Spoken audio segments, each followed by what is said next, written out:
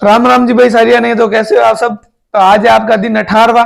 आज बात करेंगे मॉडल पेपर प्रश्न संख्या 30 के दूसरे की, और उससे संबंधित इस प्रश्नावली के कौन कौन से सवाल बनते हैं जो पिछले साल की तरह इस साल भी हूबहू छपने वाले हैं।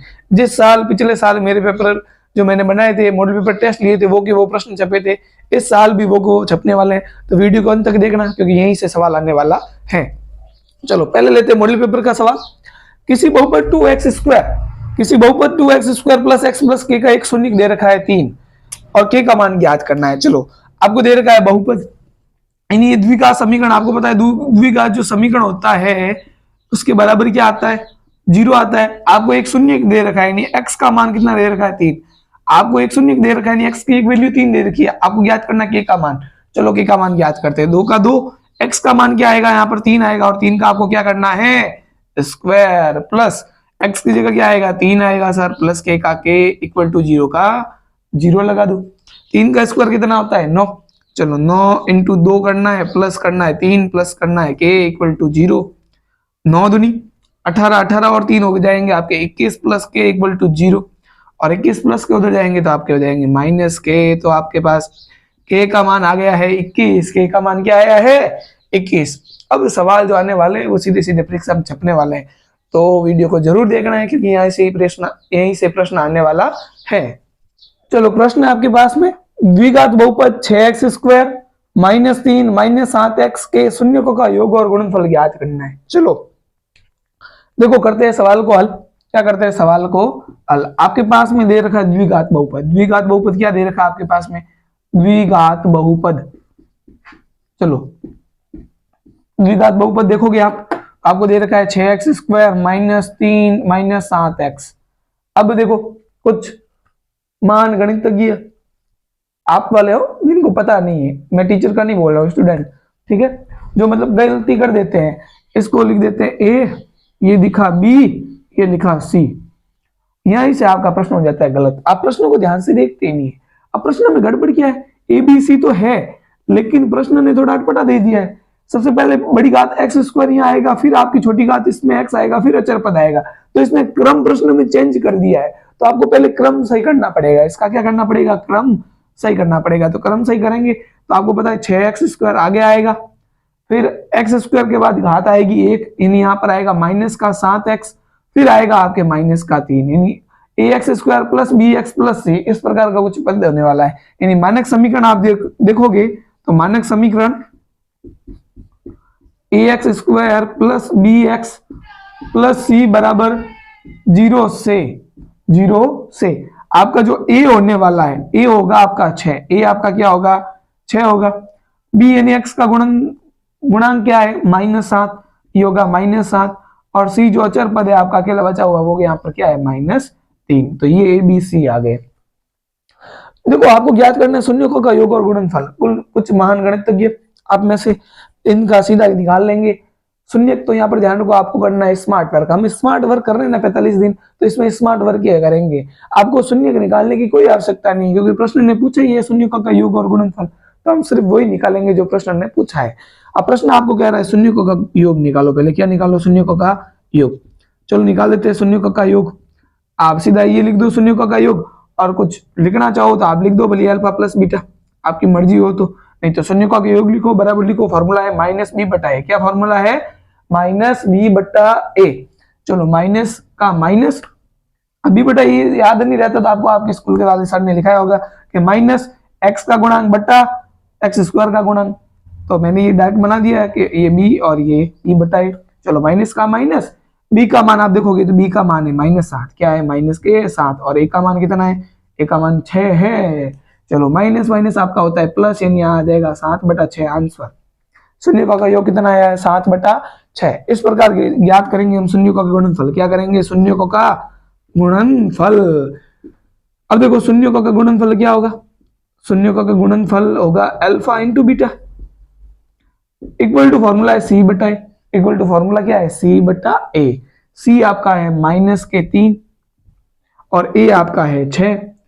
अब आपको पता है माइनस का तो माइनस आएगा, 3 में 3 का भाग गया 1 बार और 6 में गया 2 बार। तो ये आया आपके शून्यकों का योग, ये आया शून्यकों का गुणनफल। सवाल अच्छा लगा हो तो लाइक तो करना ही है, पीछे कंजूसी करनी नहीं है, क्योंकि आप मुझे पता है बहुत कंजूस हो, तो कंजूसी मत करो, दे दो, 1 रुपया भी नहीं लगेगा लाइक करने में, जल्दी से लाइक करो।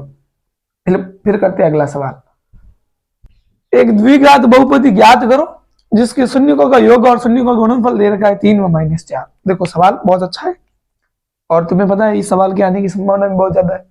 आपको ज्ञात करना द्विघात बहुपद, तो सूत्र आपके पास में द्विघात बहुपदी का सूत्र है, जब आपके शून्यकों का योग और गुणनफल दे रखा हो, x² माइनस शून्यकों का योग को मैं लिख देता हूं alpha plus beta. Alpha plus beta मतलब दो शून्य का उनका योग कर रहा हूं, गुणा x प्लस शून्यकों का गुणनफल यानी अल्फा इंटू बीटा। चलो ये शून्य का गुणनफल, ये दोनों शून्य के इनका गुणनफल हो रहा है। चलो x² का x² लिखना माइनस शून्यकों का योग आपको कितना दे रखा है 3 दे रखा है, तो आप लिख दो 3 गुणे में x है तो लगा दो x, प्लस का लगा दो प्लस और शून्य का गुणनफल यानी अल्फा इंटू बीटा, ये आपको दे रखा है -4, तो यहाँ कितना लगाना -4। चलो x² का लिखना है x² माइनस 3x माइनस 3 को x से गुणा करेंगे तो आ जाएगा आपका -3x और प्लस माइनस हो जाएगा आपका माइनस और 4 का 4, ये आ गया आपके द्विघात बहुपद इसका आंसर। सवाल अच्छा लगा हो तो लाइक कर देना फटाफट, बढ़ते अगले सवाल की ओर। चलो एक द्विघात बहुपद 2x² plus ax plus b के शून्य के एक दूसरे के व्युत्क्रम है। शून्य के एक दूसरे के क्या व्युत्क्रम, तो b का मान ज्ञात करना है। इस सवाल को जल्दी से करने का प्रयास करो, फिर नहीं आता है तो वीडियो वापस ऑन कर दो। चलो मुझे पता है आपको नहीं आता है थोड़ा स्किप कर दो, नहीं आता है देख लो। चलो द्विघात बहुपद 2x² plus ax plus b के शून्य के एक दूसरे के व्युत्क्रम है। अब व्युत्क्रम का मतलब हुआ उल्टा, जैसे एक 5 है तो दूसरा 1/5, एक 3 है तो एक दूसरा हो जाएगा 1/3। तो मान लेते हैं, मानना पहला